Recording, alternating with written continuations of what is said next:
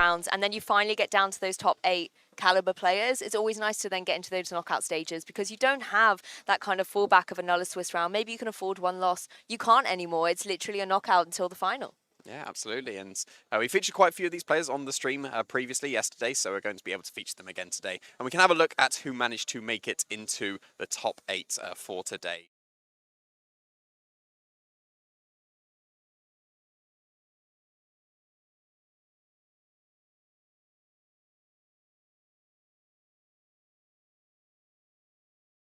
These kind of European events, all the different countries coming together and battling out for that national pride as well. Amazing to be able to see a lot of these games on stream yesterday in terms of our players and the teams, and a few really quirky choices out there. I have to point out from people like that Ninja, I know it is an unpopular choice, but I really do love seeing that Pokemon on there. It's so pesky to play against, and as a commentator, it gives us such kind of an adrenaline rush going into a game. On the flip side of the bracket, though, as well, if we take a look at Frank, I really want to see what the Snorlax is going to get up to. In the game that we featured yesterday, we didn't see it at any point other than in team preview, and I would love to be able to see it coming out in his battle at some point today. Yeah, the Snorlax is the Pokemon I'm probably the most interested in this top cut. Not Ninja. Yeah, you would probably expect Ninja to appear in the top cut here and there, but I don't think we've really seen many Snorlax at all throughout the entirety of this Series 12 so far. The rest of the Pokemon that you've seen, there are some very, very solid combinations, some maybe unexpected restricted pairings. We've got the Lunala Groudon that did make it into the top cut. We've got the Calyrex Shadow Rider that made it into top cut as well, and there's quite a few of the more regular Pokemon. We've got quite a few of the Zacian Kyogre, and then there's the Zacian Groudon and the Zacian Calyrex as well. Exactly. I believe we've got 5 Kyogre there, if my very speedy maths is correct. We've got 5 Kyogre in our top 8. And, you know, speaking of weather as well, the first match we're going to be featuring is that match in the bottom right corner of the screen, Frank and Antonio. And Antonio is running a very interesting dual weather mode there.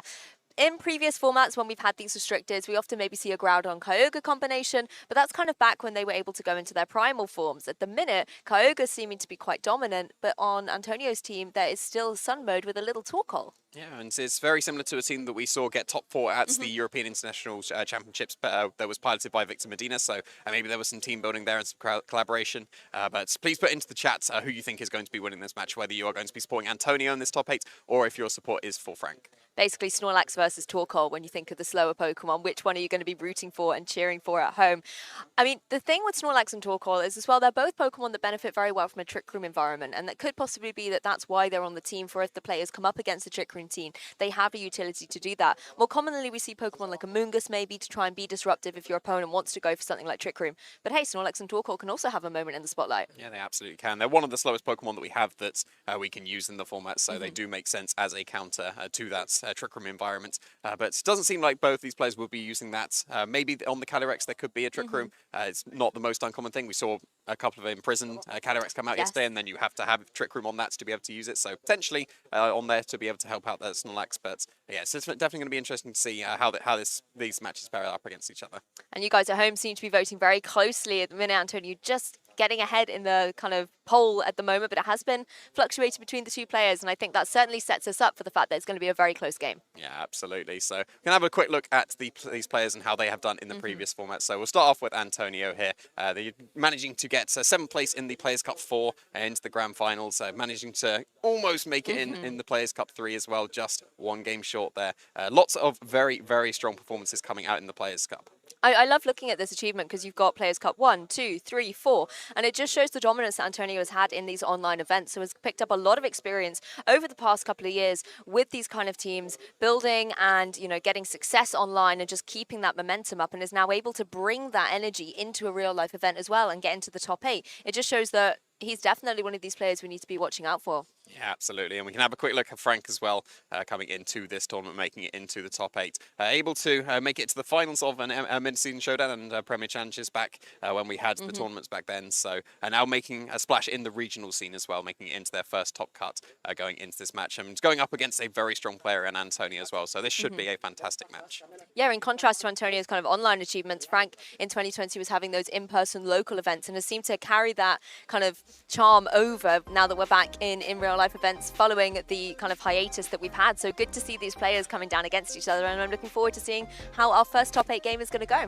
Yeah, and so we've already got the weather war going here, but it was always an interesting one when we had the weather war, but there's dual weather against single weather. So you can choose to opt into the sun matchup if you go with the Torkoal, but you can always counter it with the Kyogre as well. So it's always an interesting dynamic of trying to get into position with your choice of weather, whether that is going to be the rain or the sun.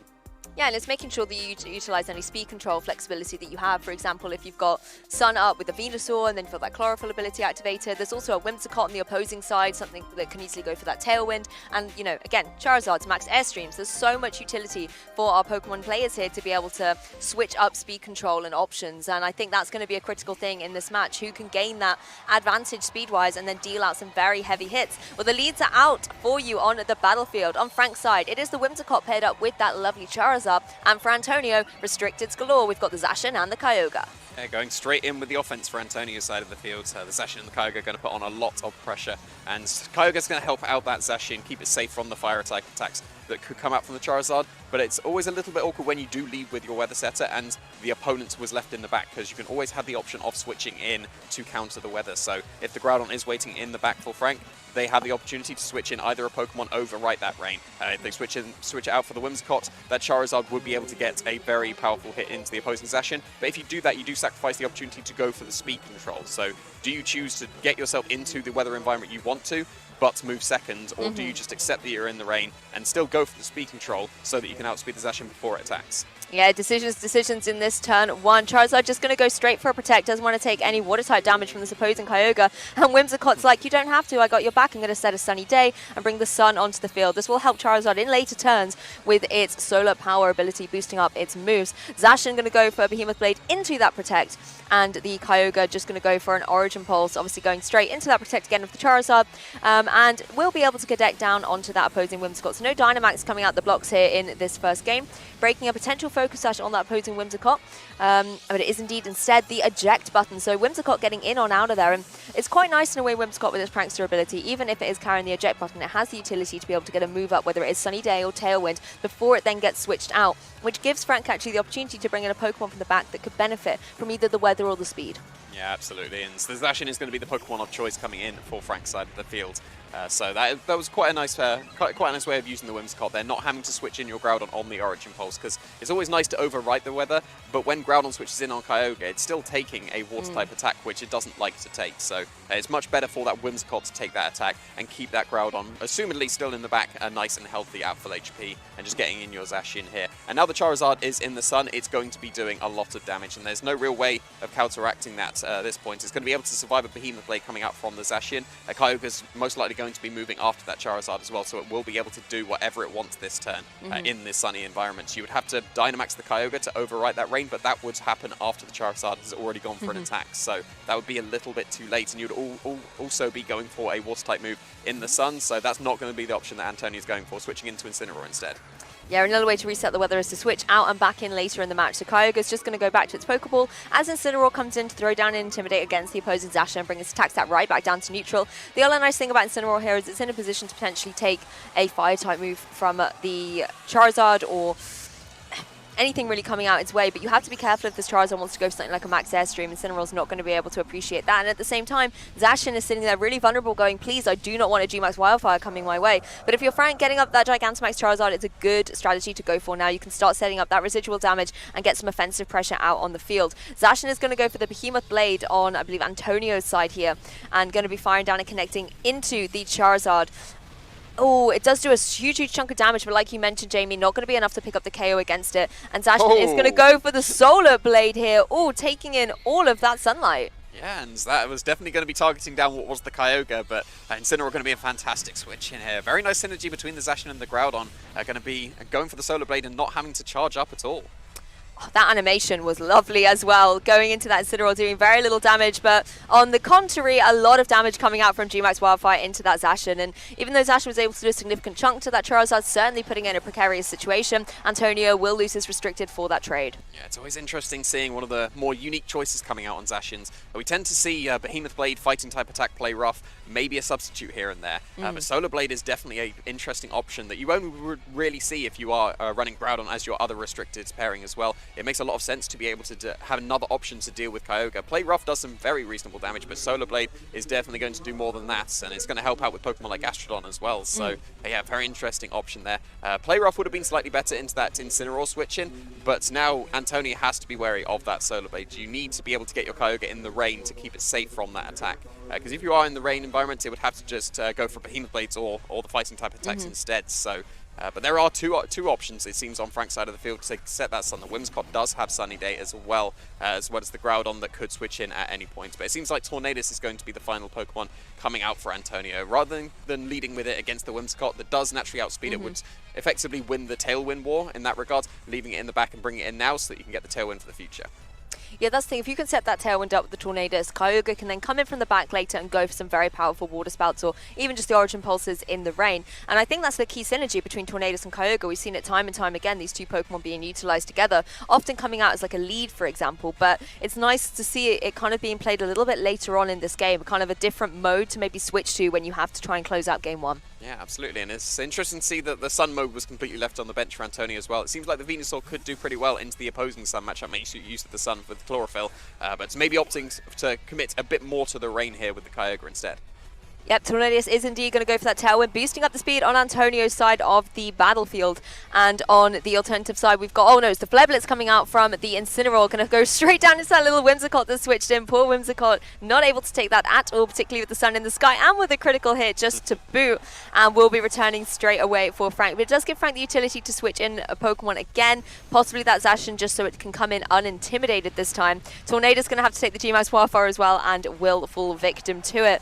Tornadus, though, did do its job, managed to get the Tailwind up, which will certainly help Antonio out. And Charizard is going to succumb to its own ailments here with the Solar Power and Life Orb as well. Yeah, that's going to be an interesting turn of events there. The Tailwind going up for Antonio's side of the field, but not for Frank, opting to sacrifice that Whimsicott to that Flare Blitz attack. So now we're going to have Zacian and the Kyogre switching in for Antonio's side of the field, and the Zacian and Groudon switching in for Frank. That means we're going to get the Sun going up, because that Tailwind means that the Kyogre will definitely be outspeeding the Groudon and will set its Drizzle first. So you have to go for the Dynamax with the Kyogre, which you would assume Antonio would be opting to do at this point to be able to overwrite that. But that means you've got at least one turn where the Max Geyser would be in the Sun instead. So yeah, it's going to be a little bit awkward for this Kyogre on the first turn, but at least the Dynamax has been used up for Frank's side of the field. So even though you would be hitting into one of the Pokemon in the Sun for that first turn, you'll still be doing a lot of damage, even especially to the Groudon, because it's still a super effective hit, effectively just cancelled back down to a neutral one. So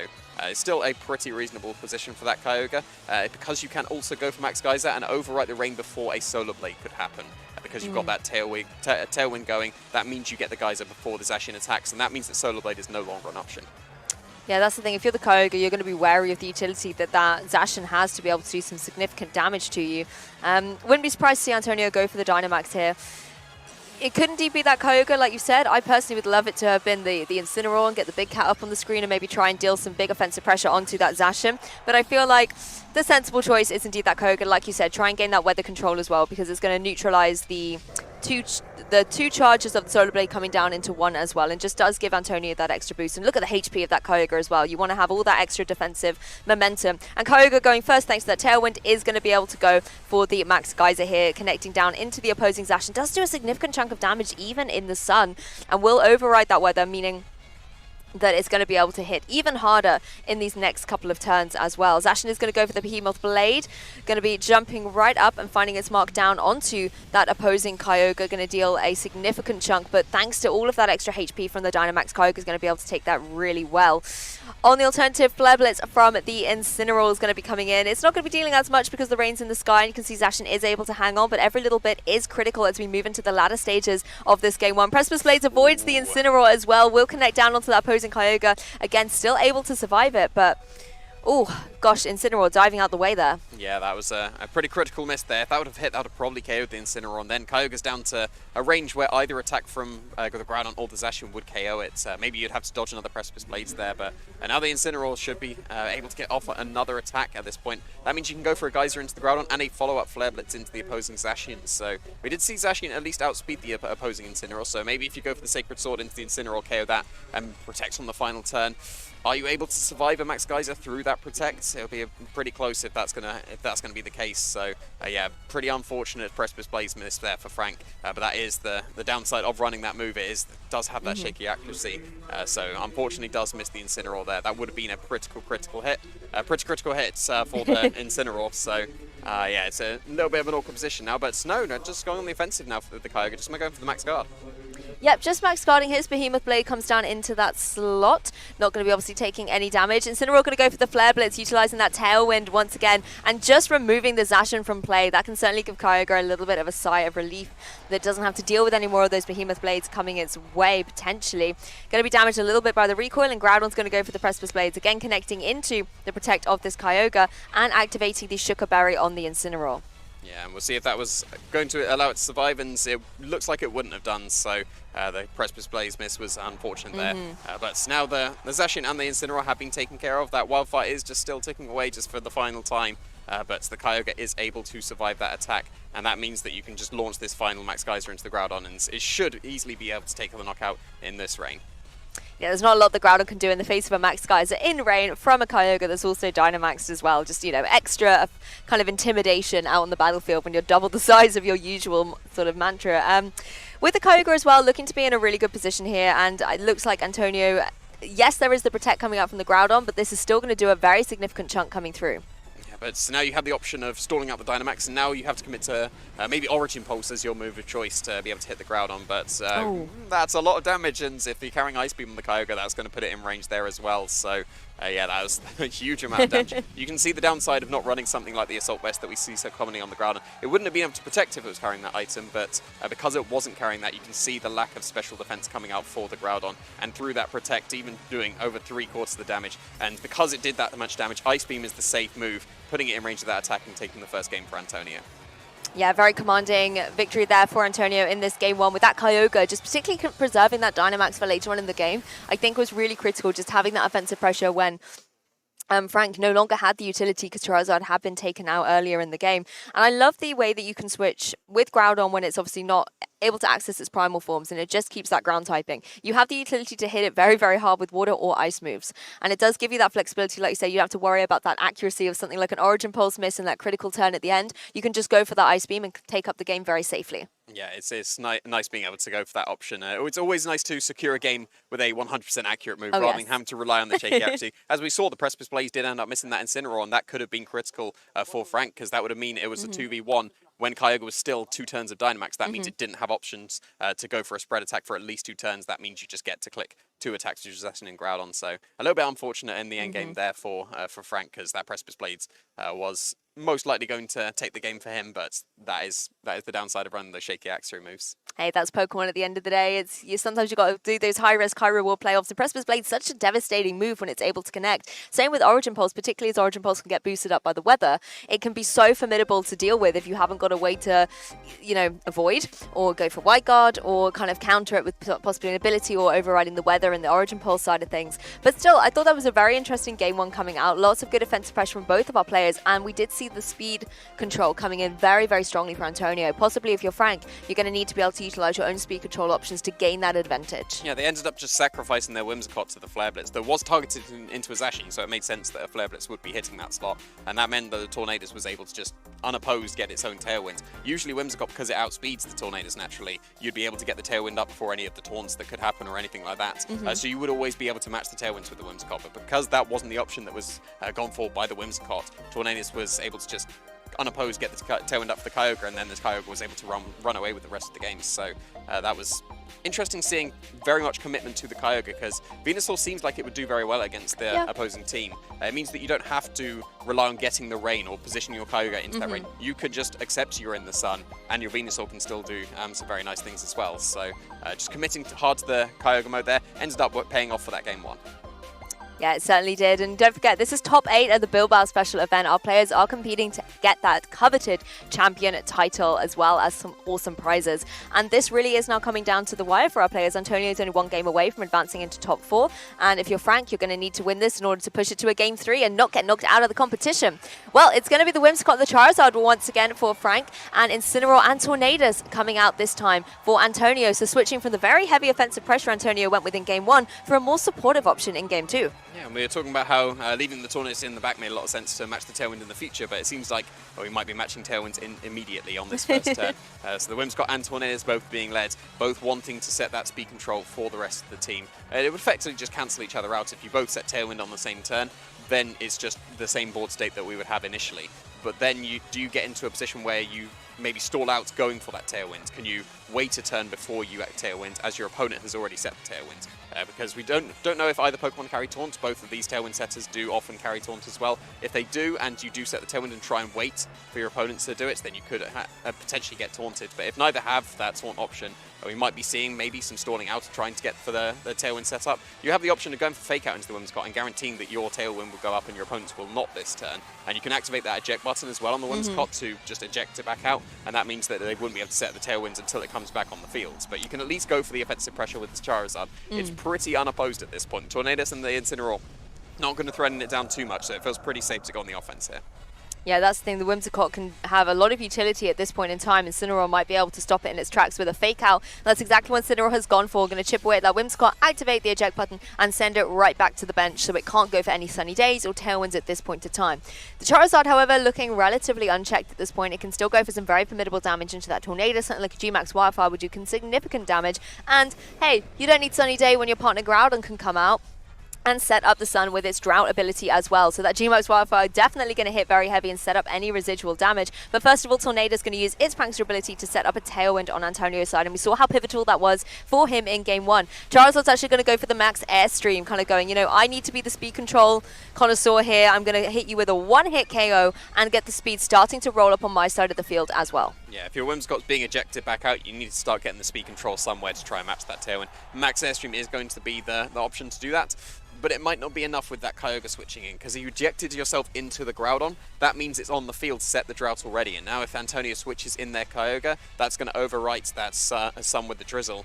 And you're probably still outspeeding the Charizard with that Tailwind. The Tailwind is going to be much more effective than just the +1 speed boost that the Max Airstream would go for, and that would put your Kyogre in a fantastic position here, because you get to click Water Spout and you're picking up 2 KOs unopposed. So you'd have to switch around if you're on Frank's side of the field. You'd have to switch in the Whimsicott, and maybe that might not even be able to take that attack, because even though it's resisted, Whimsicott's pretty frail, and Kyogre is pretty strong with those Water Spouts as well. So that is still quite an awkward position for Frank now. Maybe ejecting out into the Zacian might have been a little bit better, because then you'd have had the option to switch in your Groudon to oppose this Kyogre that is now switching in. But bringing in your Weather Setter first is always a bit awkward, because then you lose the Weather Wall. That's the thing. I mean, you can technically, for Frank, go for something like a Max Guard, switch in the Whimsicott. Unfortunately, Whimsicott very likely will go down, and then bring your Groudon back in and gain that weather control. But then you're wasting one of your turns of Dynamax as well, going for that Max Guard. You're also then having to do so many turns where you're switching the ball position that it can allow Antonio the opportunity to gain momentum. Because with Kyogre, if it's going for those Max Geysers or Water Spouts, it's still going to pick up a KO against a Pokemon like the Whimsicott. And if you don't do anything with the Groudon and the Charizard, like you said, Jamie, there's the potential just to get a double knockout at this point. Yeah, and the Zacian could be switching in and maybe take a Water Spout. It depends on how they're trained. But you would assume that the Incineroar is just going to follow up with an extra bit of damage. If the Whimsicott switches in and is able to survive that Water Spout, you can just follow up with a Flare Blitz into the Groudon slot, and then that would be able to KO. But that's not going to be the option here. Just relying on probably relying on the Water Spout instead. Yeah, is Zacian going to join the field here? Incineroar just going to take a little bit of a rest. Maybe wants to get into a position where it can intimidate the Groudon a little bit later on, just to help out Zacian in the future, potentially. Intrepid Sword activating, and Groudon is indeed going to leave the battlefield here for Frank. It's going to be that Whimsicott coming in the face of this Kyogre. So poor Whimsicott really going to kind of take one for the team here, as Charizard does indeed go for that Max Guard. So Frank needing to maneuver to reset the weather. The Water Spout coming out from that full HP Kyogre. And it's going to be able to fall down on that Whimsicott and pick up the KO against it, particularly as it had a little bit of Fake Out chip. There really wasn't a lot the Whimsicott can do, as you said yourself. It's very, very frail. And that really just was so formidable pressure and offensive-wise from Antonio. Yes, Frank can now bring in the Groudon, but the speed advantage is still on Antonio's side. There hasn't been a Nullamax Airstream. Yeah, and the Whimsicott is not going to be able to Tailwind here. That's the second time it's just switched in and effectively sacrificed itself. So Antonio's been able to Tailwind both times, and Frank has not been able to do that. The Airstream is not going to be enough on that Charizard. It would need 2 to outspeed the Kyogre, and probably 3 to outspeed the Zacian as well. So yeah, you get to bring in your Groudon and overwrite the Rain, but you have the opportunity to still just go for a Max Geyser with the Kyogre and re-overwrite that once again. And the Charizard has just gone for the Max Guard. It's going to be in range of a Behemoth Blade into a Max Geyser, even still in the sun. So it's still a very commanding position for Antonio. The fact that the Whimsicott was not able to survive that water spout meant that there was just no safe switch in for Franck at all, and they were effectively forced to lose one of their Pokemon on that turn. Smartly max guarding the Charizard because you'd have lost both Pokemon if you'd have not gone for that move, but may still not be enough here because you've still got the option to Dynamax, overwrite the rain, overwrite the sun with the rain, and put yourself in a really commanding position. Yeah, it does just put Franck on the back foot, having to do those switch maneuvers in order to get the weather control. Behemoth Blade is coming out from that Zacian, finding its mark down onto the opposing Charizard here. Does a huge chunk of damage, so anything this Kyogre is going to follow up with is going to be significant against that Charizard. And it is the Water Spout, completely removes the Charizard from play before it's able to go for a Wildfire, which of course hasn't been set up at this point. There's no residual damage on the battlefield or an Airstream, leaving just Groudon here to try and do some sort of damage. It's going to go for the Precipice Blades. It does connect on both opposing Pokemon at this point. Zacian not going to be able to survive it, but Kyogre able to take it. And, you know, Kyogre's now in a position where it could indeed go for that Dynamax on the next turn. Yeah, it's taken a reasonable chunk of damage from that Precipice Blades, but should still be able to survive the attacks coming out from the Groudon and the Zacian if it does go for that Dynamax, especially with the Incineroar coming in to intimidate both of these Pokemon.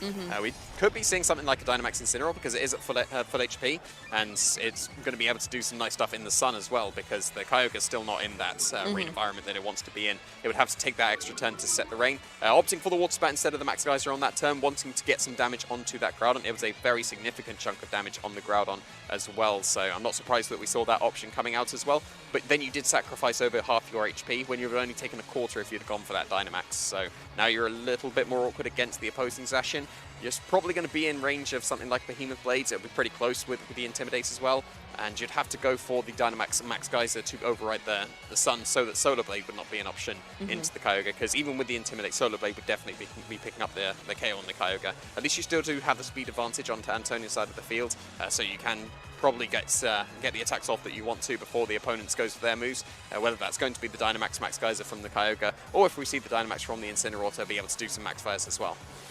Yeah, that thing is an interesting kind of triangle of options that you can go for here because the Incineroar can threaten the Zacian, the Kyogre can threaten the Groudon, but then Groudon can threaten at the same time the Incineroar. So it's going to come down to the speeds, and I am delighted, beyond delighted, to see the Dynamax Incineroar in play. It does have its full HP, so now it's going to be doubled up as well, going to give it that extra bulk in this situation. And with the sun in the sky, you want to go for those Max Flares and remove the threat of that opposing Zacian. It's going to protect in the face of this giant cat opposing it on the battlefield.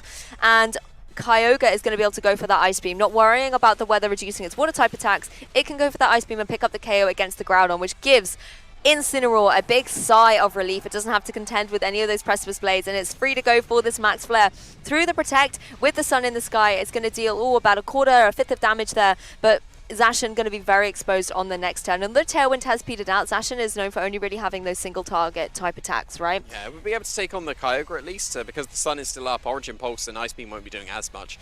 But Incineroar is definitely going to be able to survive any of the attacks that the Zacian would want to go for. Even a critical hit fighting type attack into the Dynamax Incineroar is almost certainly not going to be enough to KO. So just going out with some style here with the Zacian, showing off that Solar Blade once again to pick up the knockout on the Kyogre. But then this follow-up Max Flare will take the game for Antonio. Yeah, finally able to land that Solar Blade onto the Pokemon of intention in this game too. But Incineroar closing it out, like you said, Max Flare finding itself down onto that opposing Zacian, meaning Antonio Sánchez will be advancing into top 4.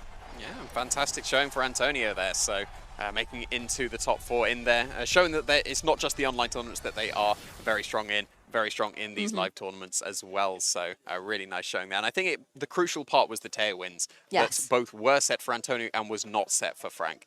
There was the Whimsicott led both times for Franck, but Tailwind was never set up. So there was always the speed control on the Kyogre's side of the field, and that's not what you want to see when you're facing down a full HP Kyogre that can just go for those water spouts, especially if you get into a position where you're just in the rain as well. You can overwrite the rain with the sun, but that didn't seem to be enough, and the Kyogre was able to just steamroll through the game.